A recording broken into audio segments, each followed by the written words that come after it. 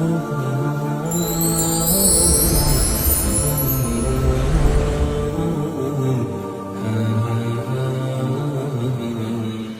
اللہ الرحمن الرحیم۔ عربی کا معلم حصہ اول کے تیسرے سبق میں خوش آمدید۔ الدرس الثالث تیسرا سبق کی مرکبات سے متعلقہ ہے۔ گزشتہ سبق کے اندر ہم نے مفرد سے متعلق ساری بحث پڑھ لی تھی، مفرد کی ہم نے اقسام پڑھ لی تھی، پھر اس کی مفرد سے متعلقہ جو تمارین تھی وہ ہم نے حل کر لی تھی۔ آج کے اس سبق سے مرکبات کو شروع کیا جا رہا ہے۔ مرکب کہتے ہیں دو یا دو سے زیادہ لفظوں کو ملا کر ایک جملے کو، ایک کلام کو تیار کرنا۔ اس کی دو قسمیں ہوتی ہیں، ایک مرکب ناقص ہوتا ہے، دوسرا مرکب تام ہوتا ہے۔ یہ کون کون سے ہوتے ہیں وہ ہم آج اس سبق میں تفصیل سے سمجھیں گے۔ دیکھیں ذرا، یہ کہہ رہے ہیں دو یا زیادہ لفظوں کے آپس کے تعلق کو ترکیب کہتے ہیں اور اس مجموعے کو مرکب کہتے ہیں۔ یعنی دو لفظ ہیں اور وہ دو لفظ آپس میں مل رہے ہیں، یا تین لفظ مل رہے ہیں، چار لفظ مل رہے ہیں، تو ان دو لفظوں کا یا زیادہ لفظوں کا جو آپس کا تعلق ہوگا اس کو ترکیب کہا جاتا ہے، اور وہ جو دو سے زیادہ الفاظ ہوتے ہیں ان تمام الفاظ کو مرکب کہہ دیا جاتا ہے۔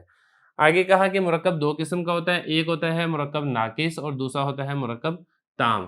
مرکب ناقص میں آسان الفاظ میں آپ کو سمجھا دیتا ہوں۔ مرکب ناقص کہتے ہیں ادھوری بات کو، اور مرکب تام کہتے ہیں ایک مکمل بات کو۔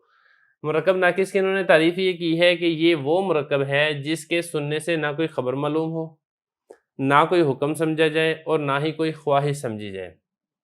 دیکھیں، اگر تو اسے خبر معلوم ہو رہی ہے، یا اس سے کوئی حکم سمجھا جا رہا ہے، یا کسی چیز کی خواہش معلوم ہو رہی ہے، تو وہ بات مکمل ہے اور وہ مرکب تام ہے۔ تام کا مطلب ہوتا ہے مکمل۔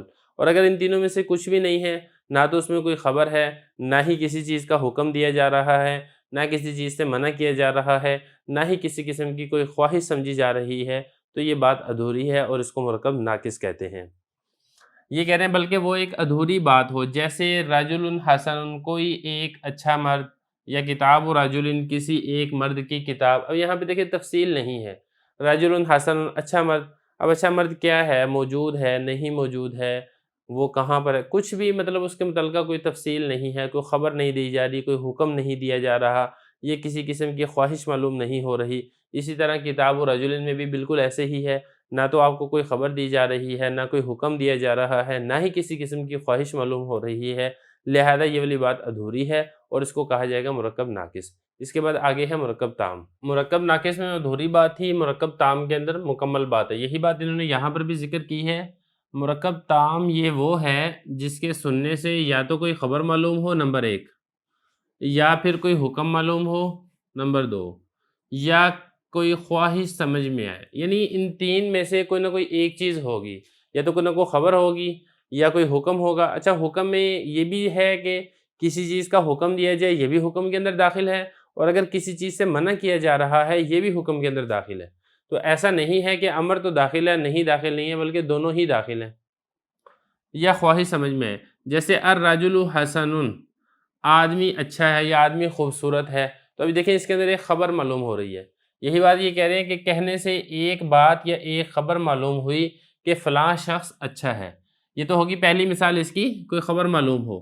دوسرا یہ کہ کوئی حکم معلوم ہو، اس کی مثال کیا ہے؟ خذ الکتاب، کتاب لے، یہ کتاب پکڑ لو۔ اب یہ کہنے سے کتاب لینے کا حکم معلوم ہوا کہ فلاں بندہ آپ کو کتاب لینے کا حکم دے رہا ہے۔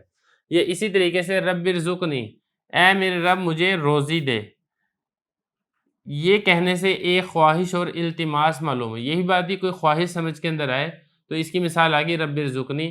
تو خلاصہ یہ ہے کہ مرکب تام میں ان تین میں سے کوئی نہ کوئی ایک چیز ہوگی تو بات مکمل ہوگی، اور اگر ان تینوں میں سے کوئی چیز نہیں ہے تو وہ بات ادھوری ہے۔ بات مکمل ہو تو اس کو مرکب تام کہتے ہیں، بات ادھوری ہو تو اس کو مرکب ناقص کہتے ہیں۔ تو ترتیب یہ ہوگی کہ پہلے مرکب ناقص کو شروع کریں گے، اور مرکب ناقص کی جو پہلی قسم ہے وہ انشاءاللہ اگلے سبق کے اندر ہم پڑھیں گے۔